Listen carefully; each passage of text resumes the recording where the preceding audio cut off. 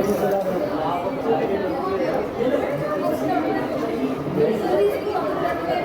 please be in silence.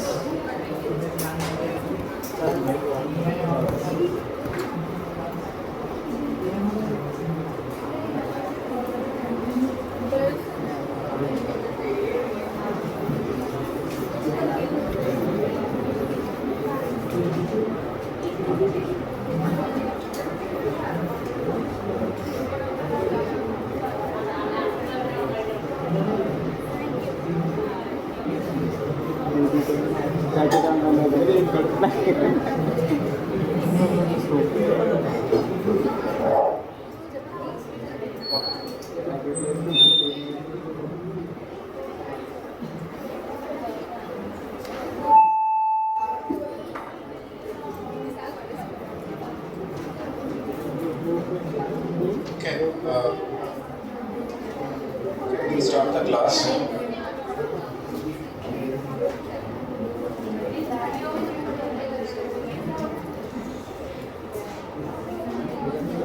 Okay, please silent.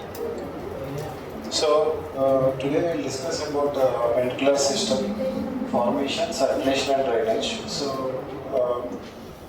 And this is a CNS topic, so it will be very difficult. So please don't, if you don't understand, please don't worry. Every statement is there in your textbook, so you can read by yourself. Okay.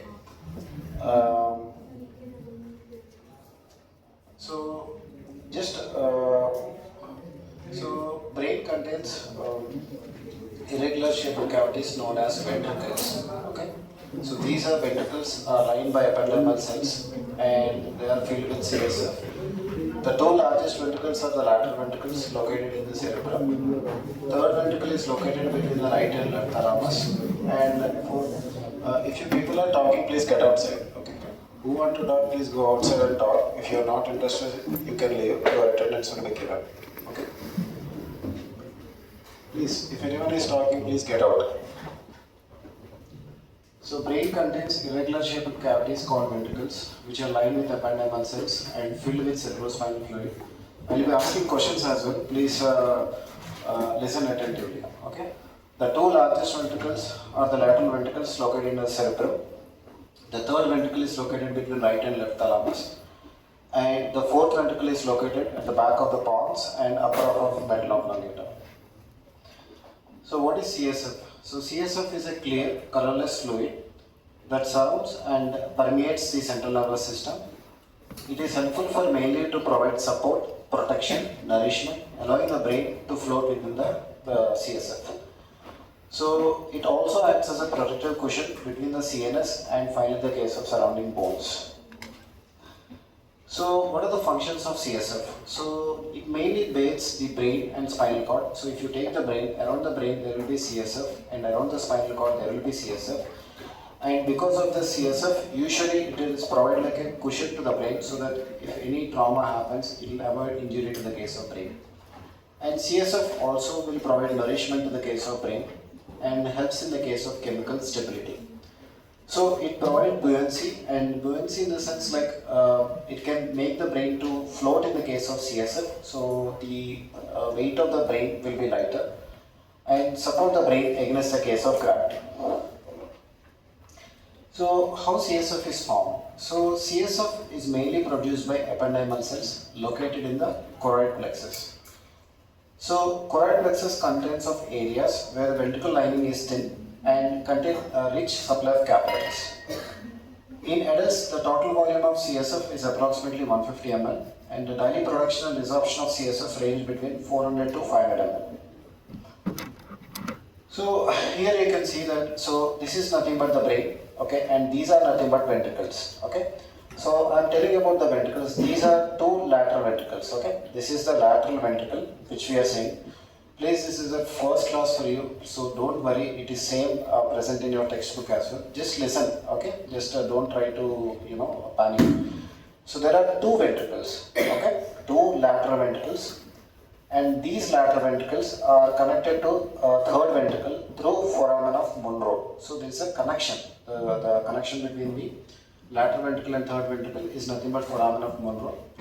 from the third ventricle it is connected to fourth ventricle through the cerebral aqueduct. Okay, so there are two lateral ventricles. This is third ventricle and fourth ventricle. Okay, lateral ventricles is connected to third ventricle through foramen of Monro, and it is connected to third ventricle is connected to fourth ventricle through cerebral aqueduct. Okay. Now here you can see that the fourth ventricle again it continues with the case of subarachnoid space with openings which is called foramen of Luschka and foramen of Magendie. So I told that CSF is mainly produced by the case of choroid plexus. So these are nothing but the choroid plexus. Okay, this is nothing but choroid plexus, and these are nothing but the ependymal cells. Okay, they contain the capillaries. So these ependymal cells that are present, or here there is a macroscopic structure here.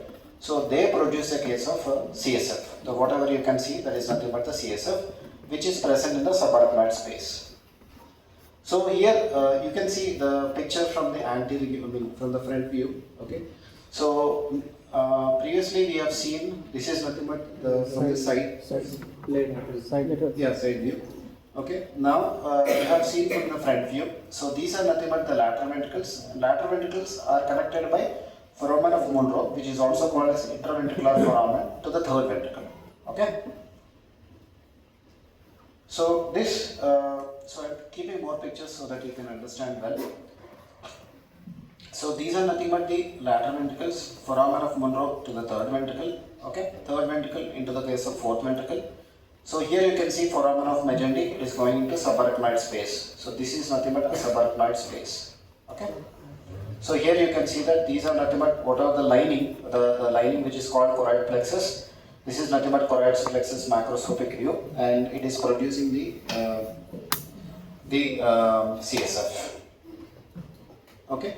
Now once the CSF is produced, okay, from choroid plexus, from lateral ventricles it goes into third ventricle, from the fourth ventricle through foramen of Magendie into subarachnoid space.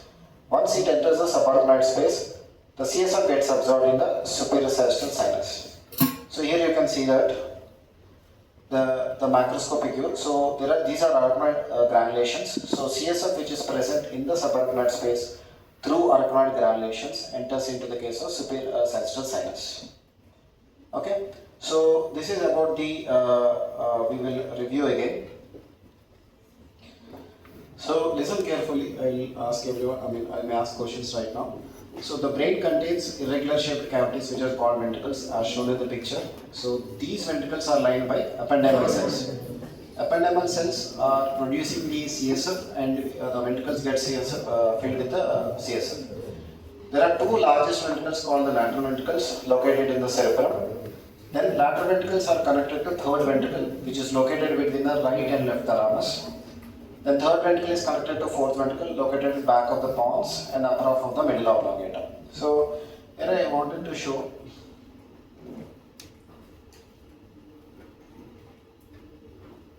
So if you see here, so this is third ventricle. So you are seeing from the lateral side of third ventricle. So first, if you see from the side, so there will be thalamus. If you remove the right thalamus, then there will be ventricle. If you remove the ventricle, then there will be left thalamus. Okay, between the two thalamus, there will be third ventricle. Fourth ventricle, it is present between the pons, which is nothing but it is structured in the case of brainstem. So it is present between the case of pons in front and finally cerebellum in the back of the brain. Okay, this is nothing but pons. This is nothing but the cerebellum. Okay.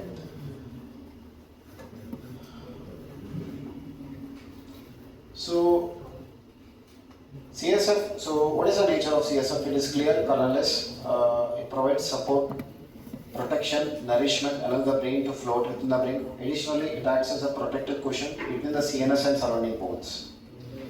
So what are the functions? So it bathes and cushions the brain and spinal cord, provide nutrients to the brain, helps in chemical stability, provide buoyancy and support brain against the case of gravity.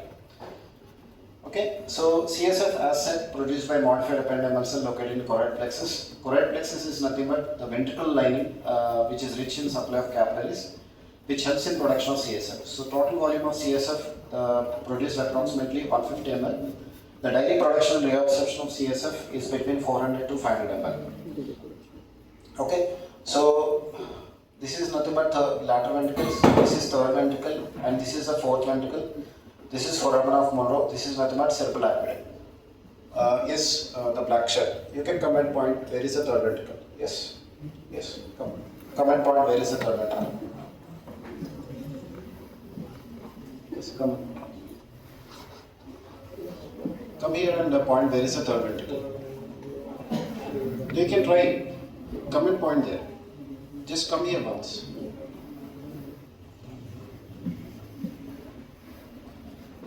So please point where is the third ventricle. Just go there. You can go there. Nobody will scold you. Go. Where is the third ventricle? No, where exactly? Show me where is the third ventricle. Okay. Where are lateral ventricles? Show me. You are showing the name. Where is the structure? So is it this only lateral ventricle or this is also a lateral ventricle?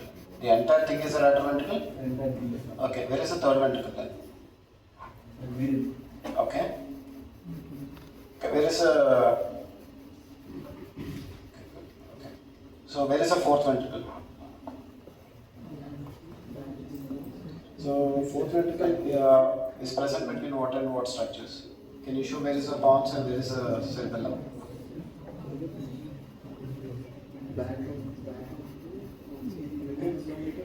So here is a pons, here is a cerebellum, right? You came for the class for learning, right? So please don't waste time. Okay? If you don't want to learn, it's up to you. But coming here and wasting time, you're wasting your own time. Okay? So this is nothing but pons, this is cerebellum. So where is thalamus? Where is thalamus?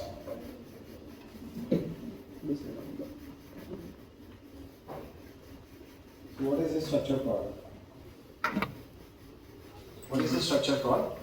Third ventricle. So where is the thalamus? So third ventricle is present between the two thalamuses. Okay, here picture is not there. Okay, you can go and see.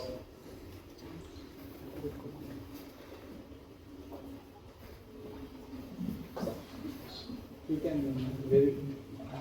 That's easy, sir. Can come. Yeah. Can you show various ependymal cells? Various ependymal cells. Show me, don't distract. Show me. Oh, ependymal cells.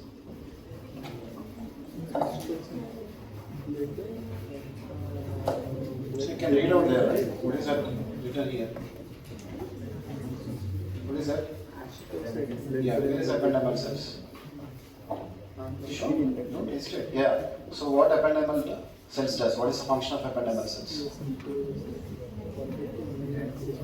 Sorry? So it helps in production of CSF. Okay? It helps in production of CSF. Okay? So what is the amount of CSF produced per day?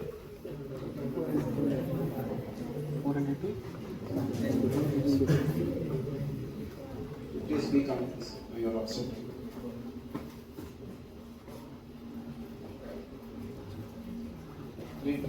What is the total amount of CSF approximately at a given point of time?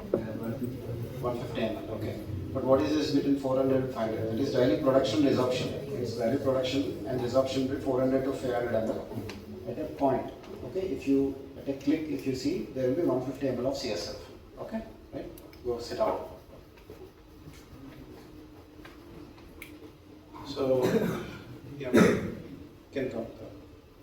Yes.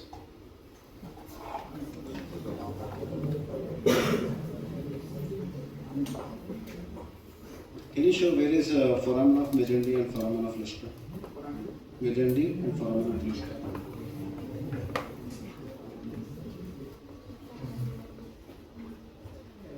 Yeah. Okay. What is the function of it? Cerebrospinal fluid to the Good. Yeah. So, here you can see what is what is this called? Subarachnoid space. Okay. So from the last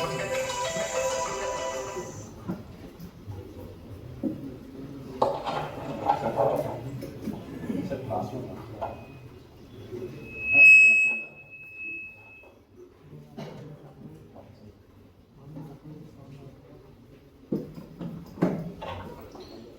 So from here it will go into the case of subarachnoid space. Okay, this is nothing but supersagittal sinus. Okay, yeah, you can guess. Say.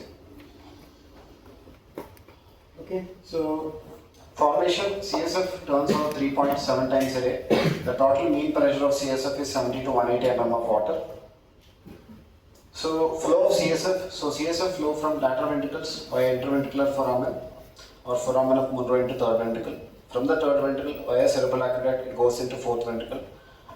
From fourth ventricle CSF passes into the central canal of spinal cord or into the subarachnoid space by a central median and lateral aperture. This is nothing but foramen of Luschka or foramen of Bejendi. Now the cerebrospinal fluid in subarachnoid space is reabsorbed through arachnoid granulations into venous sinuses. Okay, we have seen, right? So this is nothing but arachnoid granulations into superior sagittal sinus. So the CSF here gets absorbed here. Okay. So CSF within the spinal cord flows down to the lumbar system located in the spinal cord around the cardiac vena, where lumbar puncture is typically performed. So here again you can see very clear picture, lateral ventricles, foramen of Monro, third ventricle. If you understand this loop, you will be able to read your textbook easily. That's why I am keeping multiple times. Lateral ventricle, third ventricle. So here beside the third ventricle is nothing but the thalamus, the two thalamus you can see here. Then this is nothing but fourth ventricle. These are apertures. Central aperture is called foramen of Magendie and lateral aperture is called foramen of Luschka. So goes into subarachnoid space.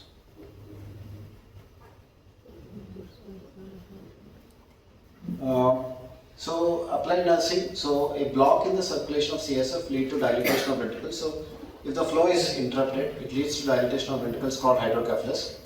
So hydrocephalus is of two types, communicating hydrocephalus and non-communicating hydrocephalus. So what do you mean by communicating hydrocephalus? Communicating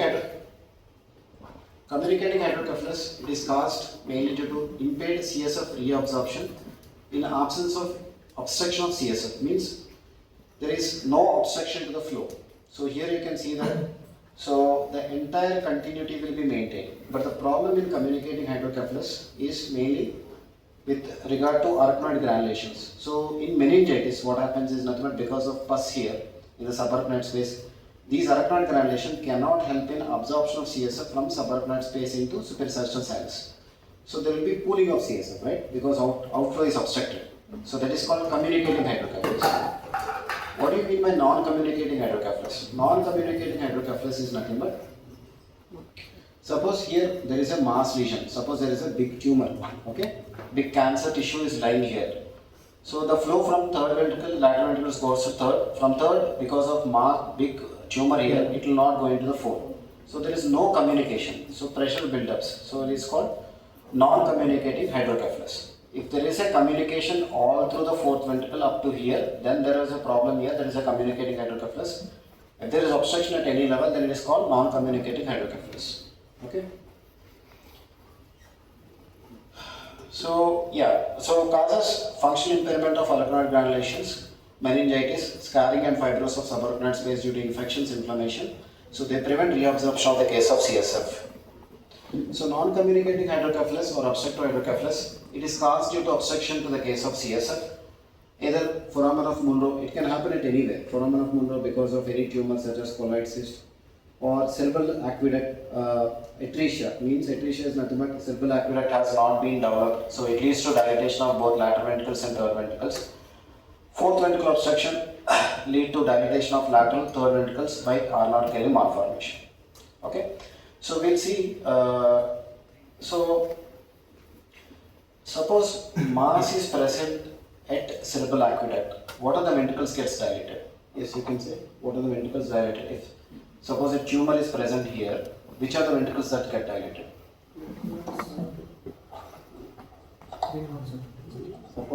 Suppose if there is a big tumor sitting here, connection between third and fourth ventricle, there is a big tumor sitting here. So what ventricles will get dilated? No, it's lateral ventricles and third ventricles, right? Because the flow from lateral ventricle is coming to third, but here there is a big tumor going on, so it doesn't communicate down. So it leads to dilatation of lateral and third ventricles. So that is a statement I am telling here. Okay.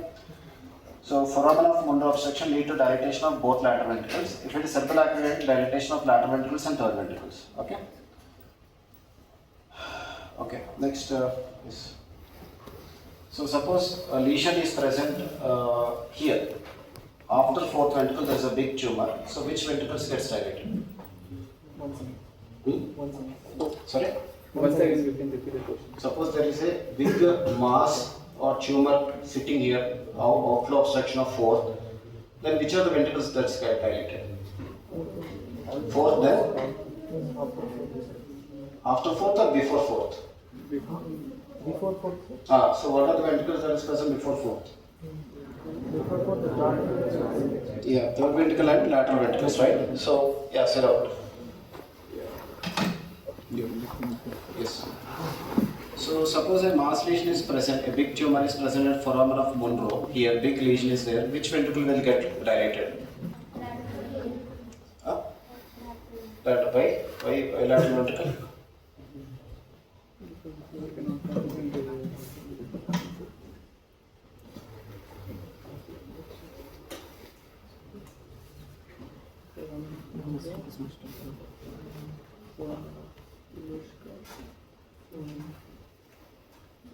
Why? What is the reason? Yes, anybody from the first bench can answer. What is the reason why only lateral ventricle, not the third and fourth ventricle gets dilated? Anybody from the first bench? Yeah, anybody from the second bench? No, can you stand? Sit down. Yeah. Why only the lateral ventricle gets dilated, not the third and fourth ventricle? If there is a mass in the ear, so why only third? Why only lateral? Why not the third and fourth? It's about third. Yeah. So what happens? The flow will come here or no? Huh? No, right? If there is obstruction, flow can go or not? No, right? It's a simple band. Okay, I'm not asking any complicated question. If you obstruct here, the flow will come from lateral to third ventricle, yes or no? No. So what happens? Lateral ventricle gets pulled up with CSF or third ventricle gets pulled up with CSF? Lateral ventricle. So lateral ventricle gets dilated. So what type of hydrocephalus is this called? No, it's a what it is called? Communicating or non-communicating? Non-communicating. Okay, very good. Okay. Suppose, sit down, sir.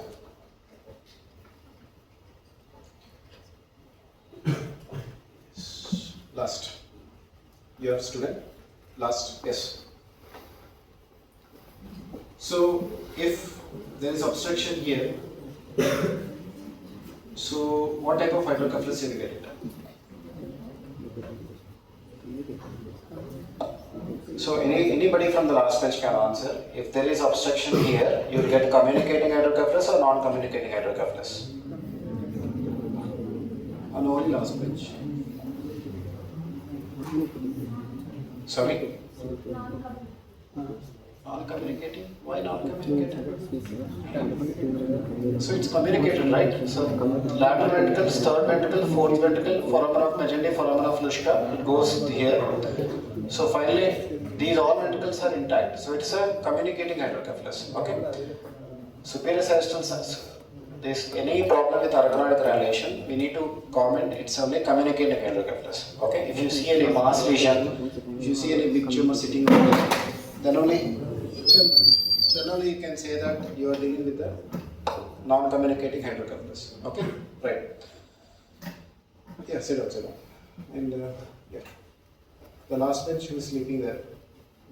Back of you. Yeah, please stand up. Is this student?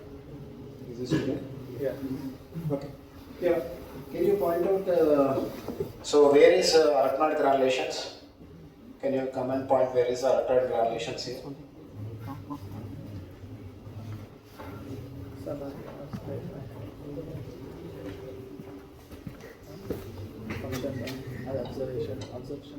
Yeah, exactly. So, if arachnoid granulation is blocked, so what type of hydrocephalus you get? Communicating or non-communicating? Why it is communicating, not non-communicating? Okay, sure. Suppose, see, If there is any big tumor sitting over there causing obstruction, then it is called non-communicating endocarditis. But if the lesion is sitting here, these ventricles communication is maintained. Okay, that is why it is called as communicating hydrocephalus. Okay, you can go and see.